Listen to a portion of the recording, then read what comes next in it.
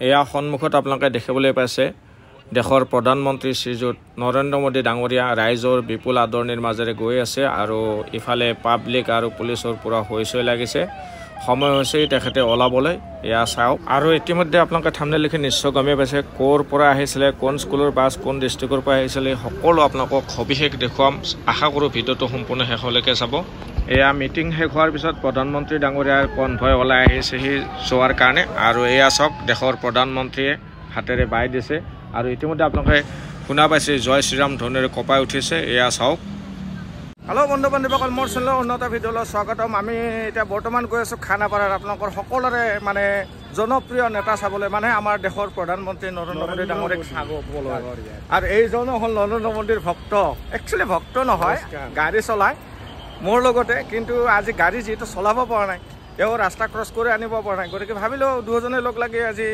মিটিঙতে যাওঁ বুলি নে কি কোৱা এয়া আহি থাকোঁতে আমাৰ এই ঘৰৰ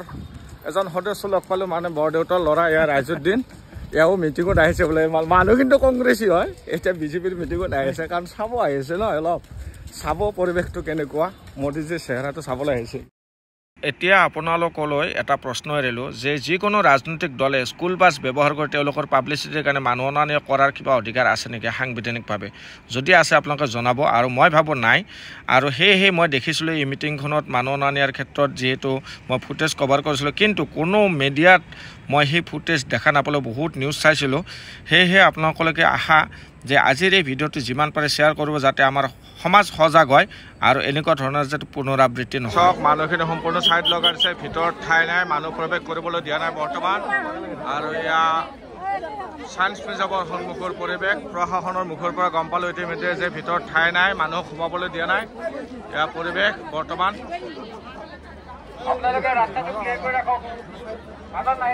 এনাউন্সমেণ্ট দি আছে ইফালে ৰাস্তা ক্লিয়াৰ ৰাখিবৰ কাৰণে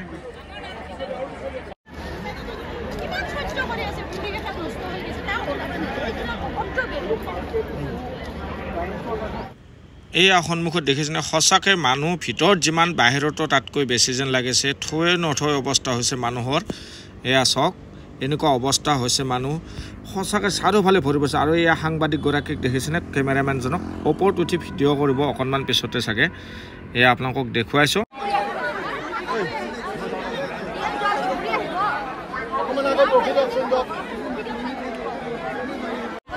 মানুহ যিমানে নহওক কিয় পুলিচ প্ৰশাসনক কিন্তু ধন্যবাদ দিবই লাগিব তেখেতসকলে সুন্দৰকৈ কণ্ট্ৰল কৰিছে মানুহখিনি আৰু বিশৃংখলতা আহিবলৈ দিয়া নাই এয়া অসম পুলিচক মোৰ ফালৰ পৰা ব্যক্তিগতভাৱে ধন্যবাদ জনালোঁ এয়া চাওক আপোনালোকে দেখিবলৈ পাইছে অগণন মানে মানুহ আহিছে এই মিটিংখনত আৰু এতিয়া দৌৰা দৌৰি লাগিছে এয়া চাওক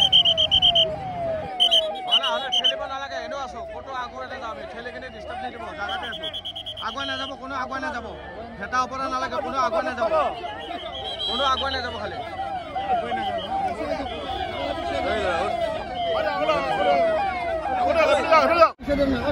আৰু এয়া ফাইনেলি মিটিং শেষ হোৱাৰ পিছত ভিআইপিৰ কনভয় লাহে লাহে আগবাঢ়িছে এয়া আপোনালোকক দেখুৱাবলৈ লৈছোঁ এয়া চাওক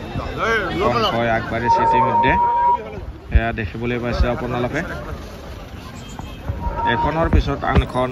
ওলাই আহি আছে আৰু পুলিচ বাহিনীৰ পুৰা সষ্টমতাৰে জনসাধাৰণক কণ্ট্ৰল কৰি আছে এয়া চাওক সংবাদ মাধ্যমৰ গাড়ীখনো এয়া মোদীজীৰ গাড়ীৰ আগে আগে ওলাই আহিলে আৰু এয়া এস্কৰ্ট হোৱা সম্পূৰ্ণ আহি আছে আমাৰ দেশৰ প্ৰধানমন্ত্ৰী ডাঙৰীয়া এয়া দেখিবলৈ পাইছে আপোনালোকে বাই বাই দিয়া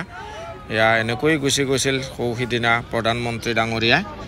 এয়া চাওক আপোনালোকে দেখিবলৈ পাইছে সম্পূৰ্ণ দৃশ্য আৰু পাব্লিকে পিছফালৰ পৰা ছাইডৰ পৰা চাই আছে এয়া চাওক দেশৰ প্ৰধানমন্ত্ৰী এগৰাকী যেতিয়া আহে তেতিয়া অন্যান্য ভিআইপিবিলাকো নিশ্চয় সমাগম হয় তাৰে এক এয়া চাওক উদাহৰণ বুলিয়ে ক'ব লাগিব ইজনৰ পিছত সিজন নেতা প্ৰভাৱী নেতা ওলাই ওলাই গৈ আছে পুলিচ প্ৰশাসনে ওলাই যোৱাত সম্পূৰ্ণ সহযোগ কৰিছে আৰু দেশৰ প্ৰধানমন্ত্ৰীৰো সুৰক্ষাৰ কথা আছে গতিকে জনসাধাৰণ যিমানেই অসুবিধা নহওক আমি সদায় ধৈৰ্য সহকাৰে থাকিবই লাগিব নহয় জানো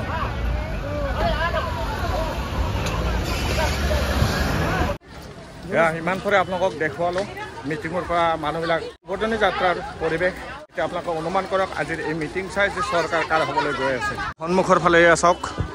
প্ৰায় বেলতলা তিনিআলি পাৰ হৈ গৈছে আৰু এইফালে খানাপাৰাৰ পৰা অহা ব্যক্তিসকলক দেখুৱাইছোঁ চাব কিমান দূৰৰ পৰা লাইন লাগি আছে আপোনালোকে নিশ্চয় গম পাইছে অনুমান কৰিব পাইছে আৰু হাই ৰাস্তাটোৰ কথা ক'বই নালাগে নেশ্যনেল হাইৱেত কি অৱস্থা হৈ আছে নিশ্চয় গমেই পায় অনুমান কৰিব ভিতৰৰ ৰাস্তাৰ এই পৰিৱেশ আৰু হাই ৰাস্তাৰ পৰিৱেশটো অনুমান কৰিব আপোনালোকে জয়নগৰ চাৰিআলিৰ পৰা এতিয়া পৰিৱেশটো আপোনালোকক দেখুৱাইছোঁ চাৰিওফালে এইফালে গাড়ীৰ লাইন লাগিছে পুলিচ প্ৰশাসন ৰৈ আছে এইফালে আহিছে এয়া চাওক গাড়ীৰ পৰিৱেশ এইফালে চাব আৰু এইফালে মানুহৰ সমাগম আপোনালোকে নিশ্চয় গমেই পাইছে কেনেকুৱা হৈছে দেখিছে নিশ্চয় কৰে কাৰণ ছবিয়ে কেতিয়াও মিছা কথা নকয় সেইটোৱে ইয়াতে প্ৰমাণ হয় আৰু এয়া চাওক নৰেন্দ্ৰ মোদী ডাঙৰীয়াৰ ফ্লেগ লৈ কিনে স্কুল বাছত আহিছে ব্যক্তিসকল হয়তো স্কুলৰ ফালৰ পৰা আহিব পাৰে বা ৰিজাৰ্ভেশ্যনত অহা আশা কম কিন্তু স্কুলৰ কৰ্তৃপক্ষ নহয় যেন লাগিছে চাওক স্কুল বাছত আপোনাৰ সম্পূৰ্ণ গেৰুৱা মানে পতাকা লৈ বিজেপিৰ পতাকা লৈ কিনে আহিছে মোদীৰ সভাত এয়া দেখুৱাইছোঁ এয়া চাওক আপোনালোকে দেখিবলৈ পাইছে স্কুলখনৰ নাম সংস্কৃতি দা গুৰুকুল এফিলিয়েটেড টু ICSC আৰু এয়া চাওক বিজেপিৰ পতাকাখন স্পষ্টভাৱে এই বৃত্তাকাৰটোৰ ভিতৰত নিশ্চয় দেখিবলৈ পাইছে আৰু এইফালে চাওক এই বৃত্তাকাৰটোৰ ভিতৰত ৰঙা চিনৰ আপোনালোকে বাওঁফালে দেখিছিলে নৰেন্দ্ৰ মোদী ডাঙৰীয়া আৰু সোঁফালে এইজন কোন স্পষ্টকৈ দেখিছেনে আহকচোন দেখুৱাই আছোঁ আপোনালোকক এইবাৰ আপোনালোকে নিশ্চয় চিনি পাইছে এই ব্যক্তিগৰাকী অসমৰ এগৰাকী প্ৰভাৱশালী মন্ত্ৰী আৰু এই মন্ত্ৰীগৰাকী আজিৰ পৰা কেইদিনমান আগত বেলতলা তিনিআলিত আপোনালোকে দেখিছে যান বাহন আৰক্ষী এজনক কেনেকুৱা ধৰণে ব্যৱহাৰ কৰিছিল তেখেতে কৈছিলে যে মই সদায় অহা যোৱা কৰোঁ ইয়াতে মানে ট্ৰাফিক দেখা নাপাওঁ ট্ৰাফিক পইণ্টত যান বাহন আৰক্ষী এজনে মিনিষ্টাৰ MLA আহিব বুলি দেখুৱাবলৈ ৰৈ থাকিব নেকি তেখেত হয়তো তেখেতৰ ডিউটিত ব্যস্ত আছে ইফাল মানে ক্লিয়াৰ কৰাত যাৰ কাৰণে হয়তো পইণ্টত নেদেখি ছাইডত থকা বুলি আমি গম পাইছোঁ ইতিমধ্যে বিশেষ সূত্ৰ মতে গতিকে তেনেকুৱা সস্তীয়া ৰাজনীতি কৰি বাহ লোৱা মিনিষ্টাৰ এজনৰ পৰা কি আশা কৰিব এয়া চাওক নৰেন্দ্ৰ মোদী